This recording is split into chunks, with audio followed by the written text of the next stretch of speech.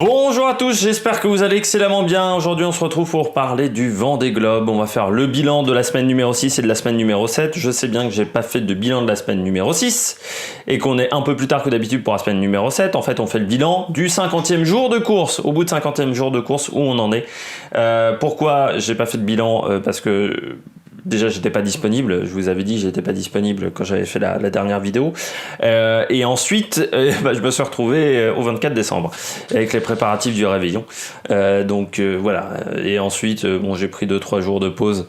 De pause. J'ai regardé la saison 94 du WRC avec le titre de Didier Auriol pour tout vous dire. Et puis quelques courses de NASCAR également. J'ai trouvé des reviews, des vidéos de NASCAR. Donc voilà, j'ai pris un peu de temps pour moi. Et puis de toute manière, c'était pas le Vendée Globe qui était prévu à ce moment-là, c'était les vidéos Formule 1. Mais je me suis dit, si je peux pas les monter tout à la suite, les vidéos Formule 1, ça sert à rien que je les fasse et que je vous retrouviez avec 3 débriefs de 3 équipes. Et ensuite des débriefs plus tard de Haas, 3 semaines après de Haas et tout ça. Donc je voulais toutes les faire ensemble, donc ça sera à partir de janvier. On aura toutes les vidéos des débriefs F1. J'ai vu qu'il y a même quelqu'un qui a fait Alors, on a eu la même idée, je sais pas s'il avait vu mes vidéos l'année dernière, mais qui a fait équipe par équipe. Alors il fait pas par ordre alphabétique, moi ça sera par ordre alphabétique, mais il a déjà fait des vidéos équipe par équipe, mais je pense qu'on fait pas de la même manière. Donc voilà, ça sera intéressant pour vous de regarder ces deux types de vidéos. Moi je vais pas les regarder, pour tout vous dire. Comme ça on pourra pas me dire que j'ai copié les vidéos. On passe au Vendée Globe. Vendée Globe, un petit résumé de ce qui s'était passé la semaine 5. Semaine 5, on avait perdu Fabrice Amedeo à cause d'un problème d'ordinateur. En fait, il avait perdu son deuxième ordinateur et comme il avait déjà perdu le premier au large du Cap Finistère, c'était impossible pour lui de continuer à l'aveugle dans les mers du Sud. On a vu des problèmes de safran pour Manuel Cousin, des problèmes de pilote automatique. On avait eu en fait un océan Indien qui était très corsé, très difficile, avec une mer pas mal démontée. Voilà, c'était un océan Indien casse-bateau. Depuis, on est rentré dans l'océan Pacifique. On a passé le Cap Lewin. On a même traversé l'Australie et on est au point Nemo en fait pour les concurrents de tête, avec une situation climatique qui n'est quand même pas vraiment évidente pour les leaders. Donc voilà, c'est ce qu'il faut comprendre désormais, avec des conditions de vent qui ne sont pas idéales. J'espère que là, ça va pas me faire tout planter, parce que tout à l'heure, quand j'ai activé la météo sur la carte, ça m'a remis au 21 décembre, donc j'ai fait une vidéo avec un point sur la carte au 21 décembre, donc c'était vraiment pas l'idéal pour vous parler de la course. Bon, pour revenir à la situation de cette 6e et de cette 7e semaine, on a eu peu de problèmes techniques avec des bateaux qui ont connu peu de mers compliquées. On a eu Charlie Dalin qui a eu un petit problème de foil mais qui l'a réglé assez vite, un petit problème de fuite au niveau du foil. Donc ça, il a réussi à le régler. On a eu également Louis Burton qui a eu un enchaînement de petits pépins techniques. Je vais pas tous vous les énumérer, mais qui a dû passer un jour à se réfugier pendant la traversée d'une grosse dépression à côté d'une petite île où il a pu faire pas mal de réparations, mais ça lui a fait perdre un petit peu de temps. C'est dommage parce que Louis Burton faisait plutôt une excellente course avec l'ancien bateau d'Hermel Le Cléage, donc c'est plutôt dommageable. Quelle est la situation en ce moment? C'est qu'on est très lent pour les concurrents de tête. Pourquoi on est très lent? Parce que la météo n'est vraiment pas idéale. Alors, on avait déjà parlé de la première semaine de course qui avait été assez compliquée. L'océan Indien également avait ralenti pas mal les concurrents. Ça a même anéanti la tentative de record du monde, de tentative du trophée Jules Verne de Sodebo. Cet océan Indien, vu qu'ils avaient pris pas mal de retard. Il y avait aussi un petit souci technique, mais ils avaient pris de toute manière énormément de retard. Et puis on a eu une phase d'anticyclone extrêmement longue, des dépressions qu'il a fallu éviter. Enfin vraiment une situation qui n'était pas idéale, malgré le fait que la ligne des glaces, la ligne d'exclusion antarctique avait été abaissée car on avait moins de glace que prévu du côté de l'océan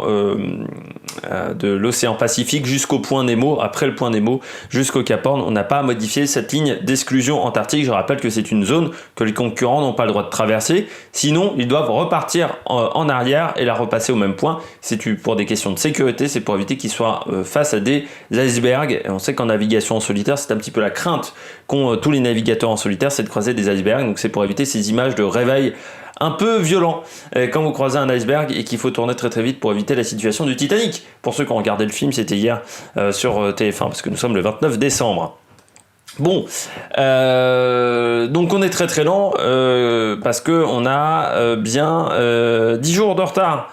En fait, alors pas 10 jours, hein, mais 8 jours, en fait, tout simplement, sur le temps d'Armel Lecléache. C'est-à-dire que nous sommes au point Nemo, et qu'à ce moment-là de la course, Armel Lecléache, il était au Brésil. Ça fait quasiment 3000 nautiques de retard pour les hommes de tête, en sachant que la situation ne va pas s'améliorer dans les heures à venir, car une énorme dépression est au sud, véritablement, et au niveau de la zone d'exclusion. Le nœud de la dépression est dans la zone d'exclusion, mais en fait, le début de cette dépression, là où on aurait des vents forts, se situe là où il y a la zone d'exclusion antarctique. Donc on est obligé de slalomer entre cette dépression qui est devant et une zone de vent extrêmement faible qui est derrière, où vous avez par exemple Louis Burton. Donc la situation n'est vraiment pas idéale pour le moment. Le petit point sur la course. Pour le moment, on a un bateau devant. Très clairement, c'est Yannick Bestaven. Ensuite, on a un gros peloton avec Charlie Dalin, avec Thomas Ruyant, qui ont été rattrapés par le groupe Damien Seguin, Jean Le Cam. Et puis, on a un autre groupe derrière qui peut jouer la gagne. C'est le groupe Armel Tripon, Clarisse Kremer, qui n'est en fait pas très loin de ses concurrents de tête. Et en fait, on a 14 concurrents qui sont à moins de 1000 nautiques du leader. C'est-à-dire que la course est totalement relancée. Pourquoi ? Ça revient de l'arrière. Clarisse Kremer, Armel Tripon et Romain Athanasiou ont des conditions un peu meilleures, même s'ils ont dû énormément sous-toiler également et ralentir le rythme. Pour quelle raison ? Parce qu'ils voulaient éviter la dépression également. Une dépression, donc il fallait jongler entre des zones où il y avait un peu moins de vent et ne pas aller dans les zones où il y avait énormément de vent qui pouvaient casser le bateau. Ça a été compliqué par exemple pour Clarisse Kremer qui s'est retrouvée dans cette dépression lors du 24 décembre et du 25 décembre. Donc elle a eu un Noël un peu musclé, Clarisse Kremer, qui a décidé de faire des tutos beauté maintenant, des tutos beauté sur son bateau. Comment démêler ses cheveux. Et oui, c'est une situation très difficile de démêler ses cheveux sur un bateau. Et donc elle a mis plein d'huile. Si vous voulez, il y a les vidéos sur le site, sur la page YouTube Banque Populaire pour suivre les aventures de Clarisse Kremer, toujours aussi rigolote, mais également rapide. On peut être, qui disait ça ? On peut faire du travail sérieux en déconnant, en ne se prenant pas au sérieux. Je ne sais plus qui disait ça. On est donc en retard, 3000 milles nautiques, ce qui va poser des problèmes au niveau de l'avitaillement. Parce que là, le record d'Armel Lecléache, c'est mort. On peut se fixer comme temps de référence désormais le temps de Michel Desjoyaux, c'est-à-dire 84 jours, le record de 2008-2009. Les autres temps vont être très difficiles à battre, très clairement. On est vraiment dans une situation qui n'est pas idéale pour les concurrents de tête. C'est vraiment compliqué. Et on est vraiment dans une situation, je vais pas dire catastrophique, mais pas loin. J'ai oublié de parler du côté des problèmes techniques, que Sébastien Destrumeau s'est retrouvé sans pilote automatique, et également que Stéphane Le Diraison a eu un problème de caisse de chargeau. Je le vois là sur Wikipédia, que j'avais oublié de préciser le problème de Sébastien Destrumeau qui s'est retrouvé. Donc là, au niveau des temps, on se retrouvera au niveau des temps de l'édition 2008-2009, donc Michel Desjoyaux, 84 jours, qui était le record sur Foncia, qu'on serait dans ces temps-là. Vous comprenez mieux pourquoi Jean Le Cam arrive à aller aussi vite que des foilers, c'est que les foilers sont très très lents cette année. Je pense qu'on battra même pas le temps de François Gabard, qui était de 78 jours, avec un bateau à dérive droite. Ça sera, je pense, très compliqué de battre déjà les 78 jours. On a des conditions de mer qui sont compliquées. On a eu un océan Indien difficile, une première semaine de course compliquée, et un océan Pacifique extrêmement lent. Donc ça va être compliqué au niveau de l'avitaillement, il va falloir faire attention. Les foils ne sont pas à l'avantage de ces conditions de mer là, parce qu'il n'y a pas assez de vent en fait pour que le foil soit avantageux. Le foil, il permet de sortir la coque de l'eau, mais pour que le foil fonctionne, il faut qu'il y ait un minimum de vent et des conditions un minimum idéales. Ce qui n'est pas le cas pour le moment. Les conditions ne sont pas idéales pour les foils. C'est-à-dire que le foil, à ce moment-là, devient un objet de traînée en fait dans l'eau. C'est-à-dire que c'est un élément qui pendouille dans l'eau, qui ralentit plus qu'il ne fait performer le bateau. Et c'est pour ça que les concurrents à foil ont un petit peu du mal. On va passer à la météo. Actuellement sur la course. Donc vous avez un concurrent qui essaye de prendre la dépression, de se faire catapulter par la dépression. C'est le seul qui peut vraiment y arriver. C'est Yannick Bestaven, le leader de la course. Derrière, on est dans des vents un peu plus mous et on essaye de jongler avec la zone d'exclusion antarctique. C'est-à-dire qu'on fait des empannages assez réguliers pour se retrouver aux limites de cette zone. Devant Yannick Bestaven, il y a une grosse dépression avec pas mal de vent. La plupart des concurrents vont se faire manger par cette dépression, donc il faudra faire attention au niveau des bateaux. Derrière, on a un groupe de 3. Le groupe de 3, le gang, on va dire, des revenants. Clarisse Kremer, Armel Tripon, Romain Attanasio, pardon. Eux, ils sont dans des conditions beaucoup plus idéales parce qu'ils sont portés par une dépression avec du vent 3/4 d'eau, surtout Armel Tripon qui a vraiment des conditions de vent vraiment super. Par contre, vous avez un anticyclone qui est à la lisière de la zone d'exclusion. C'est-à-dire qu'ils doivent monter un peu plus haut que la zone d'exclusion. Par contre, ils vont plus vite que le groupe de tête. Donc eux, ils sont vraiment dans des situations idéales. Derrière, il y a aussi une zone sans vent avec pas mal de concurrents. C'est Alan Roura, par exemple, qui est dans une zone très calme. Et derrière, on a du vent fort pour Manuel Cousin, par exemple, mais également pour Alexa Barrier, pour la queue de flotte, où les conditions de vent sont quand même plutôt fortes. Alors, c'est pas très musclé, hein, c'est du 30 nœuds de vent. Mais si la mer est pas idéale, ça peut être assez compliqué pour les concurrents de tête. Voilà le point sur la course. On va faire un petit point sur le classement pour vous dire qu'en fait on a Yannick Bestaven qui est toujours en tête, donc a pris la tête de la course en fin de semaine 6 quand Charlie Dalin a eu des petits problèmes techniques. Pour l'instant il navigue pas mal, il est dans une situation où il va certainement accroître son avance dans les heures à venir. Yannick Bestaven. On a ensuite Charlie Dalin. Donc Charlie Dalin qui a eu pas mal de problèmes techniques, qui quand même s'en sort pas trop mal pour le moment, deuxième. Ensuite on a un groupe, le clan des 5 qui a rejoint un nouveau membre, c'est-à-dire ils sont 6 désormais. On a Linky Daout qui est avec Thomas Ruyant, Apecil, Jean Le Cam, Emma CSF, Isabelle Yoshke qui fait une très belle course, qui est maintenant la première féminine depuis l'abandon de Samantha Davis et qui elle pourrait battre le temps le plus rapide d'une féminine qui date d'il y a longtemps. C'est toujours j'ai oublié son nom.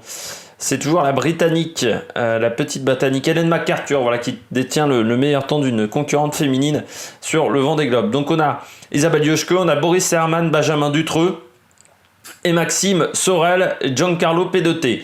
Ces concurrents-là, donc de la 10e à la 3e place, se tiennent en 150 000 nautiques, c'est-à-dire que dalle. Ensuite, on retrouve Bureau Vallée, qui est un petit peu plus loin, qui est à 100 000 nautiques de Giancarlo Pedoté, mais il est qu'à 455 000 de la tête de course. Et puis le groupe Clarisse Kremer, Armel Tripon, Romain Attanasio, qui est désormais à moins de 1000 nautiques. Romain Attanasio de la tête de course, c'est le groupe qui remonte, ça revient de l'arrière, très clairement dans ce peloton. Et on est dans une situation qui est assez incroyable quand même, que je n'ai jamais vue. Je suis le Vendée Globe activement depuis 2008-2009, depuis la victoire de Michel Desjoyaux. Je n'ai jamais vu autant de bateaux en aussi peu de distance. C'est-à-dire qu'il y a 4 ans, il faut se rappeler qu'Armel Lecléache, j'avais du mal à prononcer son prénom, dis donc. Alex Thompson avait explosé le reste de la flotte. C'est-à-dire que le reste de la flotte était extrêmement loin. En 2012, pareil, Lecléache et Gabard étaient un peu seuls au monde. Là, les écarts sont vraiment réduits. Ça va se jouer au sprint et il faudra faire attention aux déductions de temps. Je rappelle que Jean Le Cam a 16 heures de déduction de temps, que Yannick Bestaven en a 10. C'est-à-dire que pour le moment, le retard qu'a Charlie Dalin est un peu plus important que celui qui est indiqué sur le classement, parce qu'il y a des déductions de temps suite au sauvetage de Kevin Escoffier. Kevin Escoffier qui en passant est rentré en France. Ceux qui ont fait donc une bonne semaine, c'est Clarisse Kremer, c'est Armel Tripon encore, on va dire, je parle tout le temps d'Armel Tripon, Clarisse Kremer, mais ils ont fait une belle semaine. C'est Isabelle Yoshke, c'est Maxime Sorel également qui a retrouvé le peloton de tête on va dire, alors qu'il était un petit peu distancé à un moment. Benjamin Dutreux qui reste devant également. Et puis Yannick Bestaven qui tente d'augmenter son avance, mais c'est vraiment pas évident. Derrière, on a un beau retour également de Kojiro Shiraishi avec son foiler. Alan Roura qui est maintenant bien distancé avec à la 15e place avec Arnaud Boissière et Pip Air qui fait un très beau travail également. Pip Air avec un bateau assez âgé. Pip Air, c'est l'ancien bateau du Suisse Bernard Stamm. Et puis on a Kojiro Shiraishi également qui est en train de revenir sur un groupe avec Stéphane Le Diraison, surtout que Stéphane Le Diraison donc a cassé son hook. On a Jérémy Bayou également qui remonte, qui a désormais remonté pas mal de concurrents, qui va bien plus vite que les hommes derrière lui. Donc voilà, du bon travail fait par Armel Tripon qui avait fait une belle entrée dans les mers du Sud et qui continue comme ça. Pour le moment, 2 concurrents passés le point Nemo. Nous sommes après 50 jours de course, 20h51 minutes, il est 11h11 le 29 décembre. Bon, la semaine prochaine, on parlera, j'espère, du passage au niveau du Cap Horn, mais c'est pas sûr encore, vendredi qu'il soit au Cap Horn, parce qu'il reste encore, mon petit, de là à Bestaven. Merde, ça n'a pas pris en compte. Voilà. Il reste à peu près 1800 milles nautiques. Donc, ce qui va pas être évident à faire en 4-5 jours. Donc il semblerait que le Cap Horn, ça sera peut-être que lundi prochain. Et lundi prochain, ça fera 56 jours, un truc comme ça. Et ça fera quasiment 10 jours de retard par rapport au temps d'Armel Lecléache. Donc on sera au niveau des temps de Michel Desjoyaux. Alors après, Armel Lecléache avait eu une remontée de l'Atlantique pas facile, mais bon, pour le moment, les concurrents n'ont pas eu une course facile sur ce Vendée Globe. J'espère que vous avez aimé cette vidéo. Si vous avez aimé cette vidéo, n'hésitez pas à réagir dans les commentaires. N'hésitez pas à vous abonner à la chaîne, à mettre la petite cloche, comme ça vous êtes au courant des dernières vidéos qui sortent sur la chaîne. Et puis n'hésitez pas à mettre un pouce bleu, ça fait toujours plaisir. Nous on se retrouve pour de nouvelles aventures. Il y aura des débriefs Formule 1, il y aura les top flop audience, il y aura le bilan de l'année 2020 au niveau des médias, également certainement le bilan 2020 de la chaîne, mais qui arrivera un peu plus tard aussi, je pense, et la présentation de ce qu'on fera en 2021, de ce qu'on essaiera de faire en 2021, des objectifs. Et puis voilà, on se retrouve pour de nouvelles aventures sur la Mayotte Production. Ciao ciao.